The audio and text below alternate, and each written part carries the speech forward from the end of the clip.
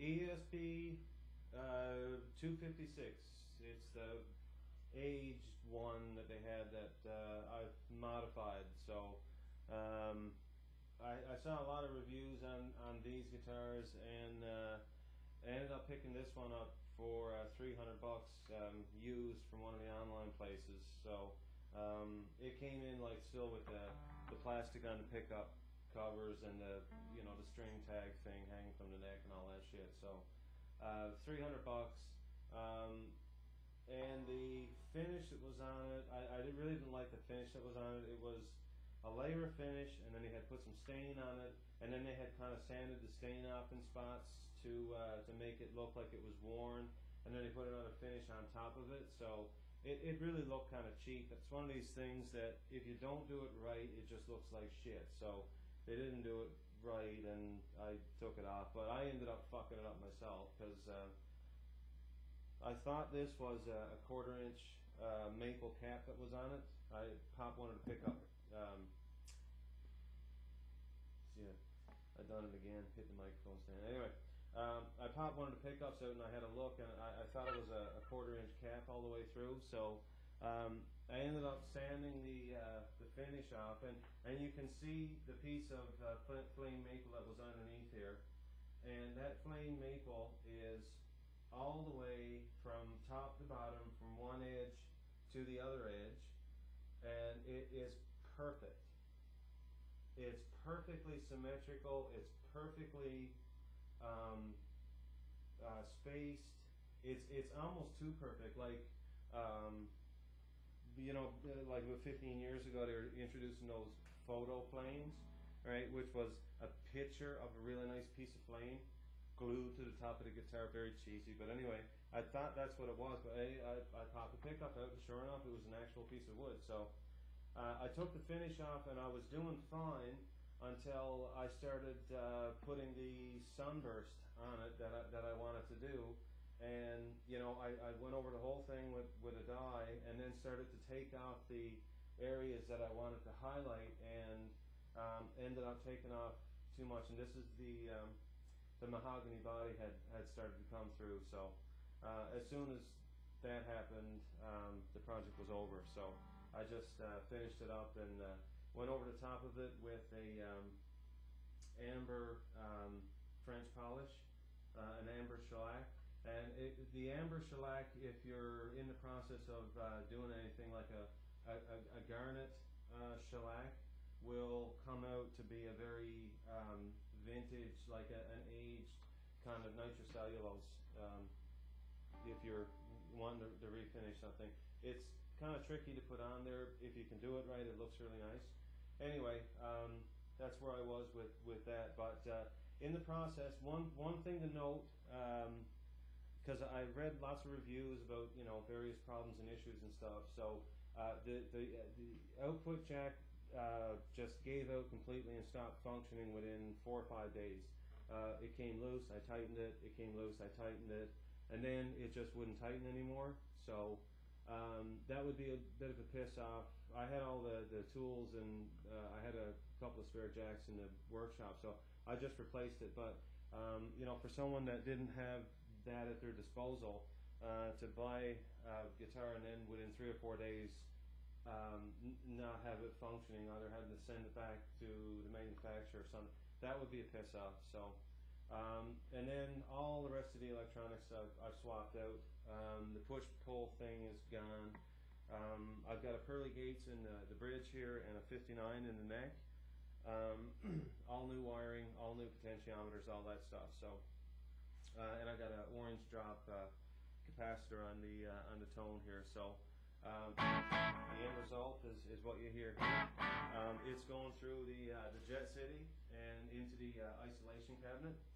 And I've talked about those in some other videos, so if you want to have a look at that stuff, that's a different thing altogether. But anyway, I wanted to get into the whole ESP thing because there was a lot of buzz about it, and I didn't want to spend a lot of money, so I bought this one, and I fell in love with it almost immediately, and within 2 weeks I went out and I bought this one, which is the higher end.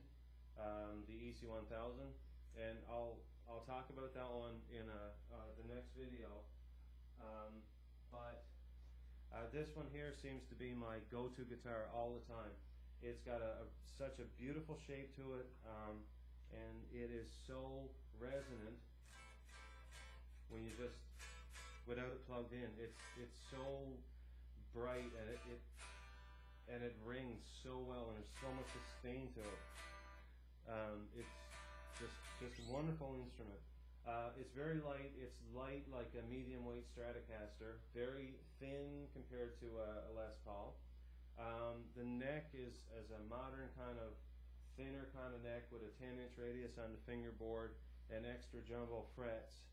Very comfortable, for me at least, very comfortable to play. The nut's been replaced. I put a Tusk nut on there, so that adds again to the sustain and the resonance to it.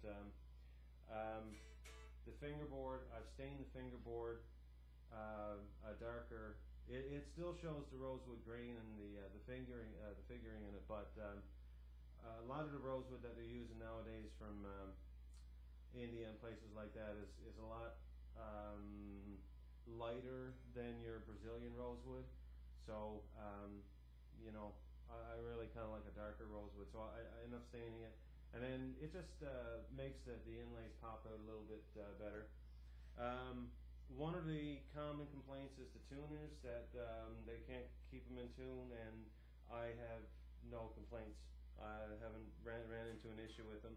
Not to say that some guys, you know, aren't running into an issue with them, but even if I was, I wouldn't have a problem, you know, putting a set of Shaler tuners on this here, just because the body of the guitar, it is just so vibrant. Even though it only costs $300, it is so vibrant. I wouldn't mind, like I have already put about $150 into it, just to fix one of those little problems. So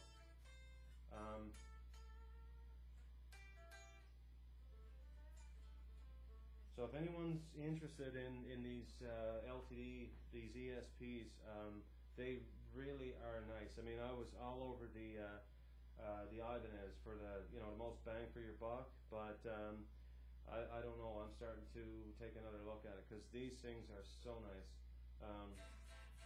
And I think the next one I'm going to get is the Tele style. Realizing going into it, I'm going to have to replace the electronics and stuff like that, but I think in the end I'm going to be happy with it. So where am I at? 12 minutes. Anyway, that's the thing in a nutshell here, and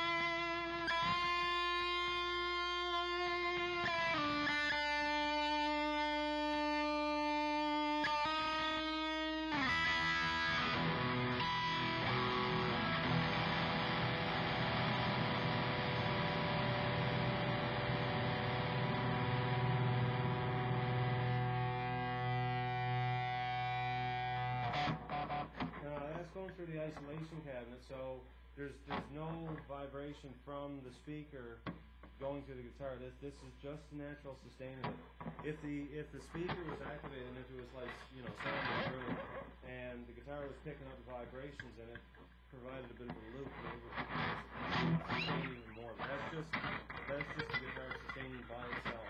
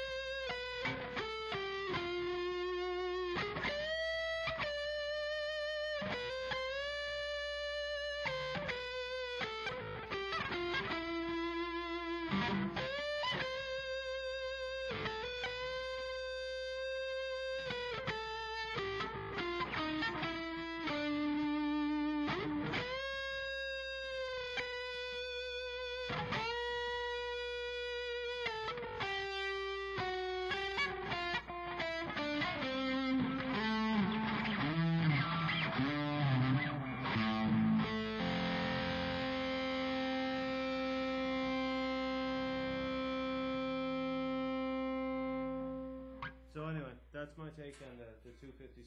Absolutely love it. One of the best, $300.